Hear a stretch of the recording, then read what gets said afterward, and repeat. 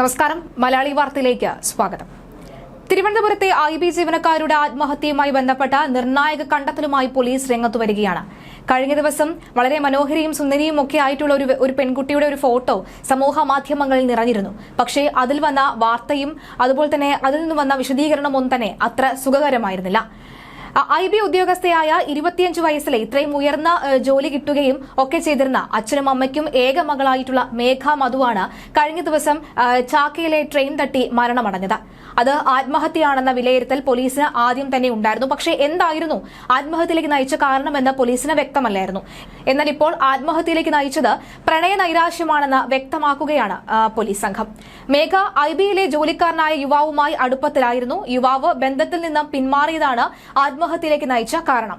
അതിന്റെ മനോവിഷമത്തിൽ മേഘ ആത്മഹത്യ ചെയ്തു എന്നാണ് പോലീസിന്റെ നിഗമനം. മേഘയുടെ മരണത്തിൽ ദുരൂഹത ആരോപിച്ച് നേരത്തെ തന്നെ കുടുംബം രംഗത്ത് വന്നിരുന്നു. മാത്രമല്ല, ഈ യുവാവ് മലപ്പുറം സ്വദേശി കൂടിയാണ്. ഈ ബന്ധത്തെക്കുറിച്ച് വീട്ടുകാർക്ക് അറിയാമെന്നാണ് ഇപ്പോൾ ഏറ്റവും ഒടുവിൽ ലഭിക്കുന്ന വിവരം. കാരണം ഈ ഏറ്റവും അടുത്ത ഈ ബന്ധുവിന്റെ തന്നെ ഓഡിയോ സന്ദേശം കേട്ടുകഴിഞ്ഞാൽ, അദ്ദേഹത്തിന്റെ ഒരു വാക്കുകൾ കേട്ടുകഴിഞ്ഞാൽ തന്നെ വ്യക്തമാകും ദുരൂഹതയുണ്ട്, അത് പോലീസ് അന്വേഷിക്കുമ്പോൾ മനസ്സിലാകുമെന്ന് അദ്ദേഹം പറഞ്ഞിരുന്നു. അദ്ദേഹത്തിന്റെ വാക്കുകൾ കേട്ടാൽ നമുക്ക് എല്ലാ കാര്യവും വ്യക്തമാകും. എന്തായാലും ഈ കുടുംബത്തിന്റെ ആരോപണത്തിന് പിന്നാലെയാണ് മരണത്തിൽ പോലീസിന്റെ നിഗമനം പുറത്തുവന്നത്. മേഘയുടെ മരണത്തിൽ വിശദമായ അന്വേഷണം വേണമെന്നാണ് ആവശ്യം. ഇത് ബന്ധപ്പെട്ട് IBക്കും പേട്ട പോലീസിനും കുടുംബം പരാതി നൽകിയിട്ടുണ്ട്. മേഘയ്ക്ക് മറ്റു തരത്തിലുള്ള പ്രശ്നങ്ങൾ ഉണ്ടായിരുന്നതായി അറിവില്ല എന്നാണ് അമ്മാവൻ സന്തോഷ് ശിവദാസ് പറഞ്ഞത്. തിരുവനന്തപുരം വിമാനത്താവളത്തിലെ IB ഉദ്യോഗസ്ഥ മേഘയെ ഇന്നലെയാണ് മരിച്ച നിലയിൽ കണ്ടെത്തിയത്. ഇമിഗ്രേഷൻ വിഭാഗത്തിലെ ഉദ്യോഗസ്ഥനായിരുന്നു മേഘ. ഈ ഉദ്യോഗസ്ഥനുമായി തന്നെയാണ് മേഘ അടുപ്പത്തിലായിരുന്നത്. പത്തനംതിട്ട സ്വദേശിയാണ് മേഘ. എന്തായാലും അടുത്ത അമ്മാവന്റെ ശബ്ദ സന്ദേശം പുറത്തു വന്നിട്ടുണ്ട്. ആ ശബ്ദ സന്ദേശം ഒന്ന് കേൾക്കാം. തീർച്ചയായിട്ടും കാരണം ഇത് ഞങ്ങൾ ഒരിക്കലും പ്രതീക്ഷിക്കാത്ത ഒരു മരണമാണ്. അപ്പോൾ കുട്ടി നല്ല ബ്രില്യൻ്റ് ആയിരുന്നു. അതുകൊണ്ട് തന്നെ ഇത് പെട്ടെന്ന് ഞങ്ങൾക്ക് അറിഞ്ഞപ്പോൾ തന്നെ ഞെട്ടലായിരുന്നു. അപ്പോൾ ആ നിലയ്ക്ക് ഇന്നൊരു ദിവസമേ ആവുന്നുള്ളൂ. IBയും പേട്ട സ്റ്റേഷനിലും ഞങ്ങൾ പരാതി നൽകിയിട്ടുണ്ട്.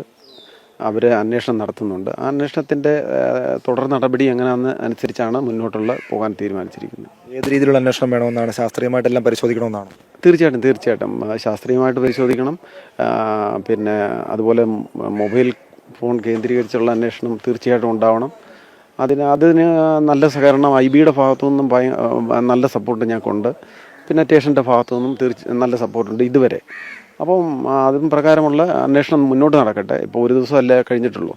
അപ്പോൾ അവർ അന്വേഷണത്തിൽ റിപ്പോർട്ട് വന്നതിന് ശേഷം ബാക്കി കാര്യങ്ങൾ കുടുംബവും ഞങ്ങൾ ആലോചിക്കും. ഒരു വർഷമായിട്ടുള്ള ജോലി കയറിയിട്ടല്ലേ? ഏകദേശം ഒരു 13 മാസമായി.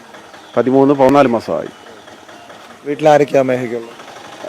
മറ്റ് സഹോദരങ്ങളില്ല കുട്ടിക്ക്. അമ്മയും അച്ഛനും മാത്രമേ ഉള്ളൂ. അച്ഛനെ പിന്നെ പ്രിൻസിപ്പളായിട്ട് റിട്ടയർഡ് ചെയ്ത ആളാണ്.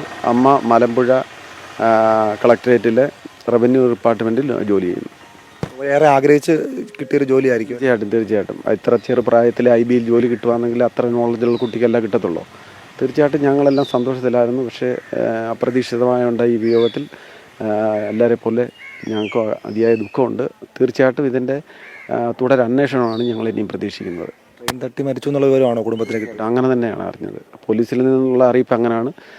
ഞങ്ങൾ സംഭവ സ്ഥലത്ത് പോയിട്ടുണ്ടായിരുന്നു. പക്ഷേ നമുക്ക് ഈ സംഭവം നടന്നതിന് ശേഷമാണല്ലോ നമ്മളിതെല്ലാം അറിയുന്നത്. പിന്നെ ഇനി പോലീസിൻ്റെ അന്വേഷണം വന്നതിന് ശേഷം നമുക്ക് ബാക്കി കാര്യങ്ങളിലേക്ക് കടക്കാം. വ്യക്തിപരമായി കുട്ടിയെ അലട്ടുന്ന നല്ല പ്രശ്നങ്ങളുണ്ടായിരുന്നു? അങ്ങനെ ഉണ്ടാവാൻ ചാൻസ് ഇല്ല. കാരണം നിരന്തരം കുട്ടിയുടെ റിലേറ്റീവ് ഒരുപാട് തിരുവനന്തപുരത്തുണ്ട്. ഇതിനോട് സമീപമുണ്ട്. കുട്ടി താമസിക്കുന്ന തന്നെ എയർപോർട്ടിനോട് ഫ്രണ്ടിലാണ്. അപ്പോൾ വളരെ ദൂരമില്ല. പിന്നെ നിരന്തരം ബന്ധപ്പെടുന്നുണ്ട്. ഈ ഡ്യൂട്ടി സമയത്ത് മാത്രമേ ഉള്ളൂ ഫോൺ ഉപയോഗിക്കാനൊക്കെ. അല്ലാത്ത സമയത്തല്ല. ഈ രാവിലെ തന്നെ കുട്ടി 7:30 അമ്മയെ വിളിച്ചിട്ടുണ്ട്. അമ്മയെ വിളിച്ച സംസാരത്തിൽ ഒരു വ്യത്യസ്തതയൊന്നും തോന്നിയില്ല. അമ്മയോട്ട് സംസാരിച്ചപ്പോൾ നമുക്ക് അങ്ങനെ മനസ്സിലാക്കാൻ കഴിയുന്നത്.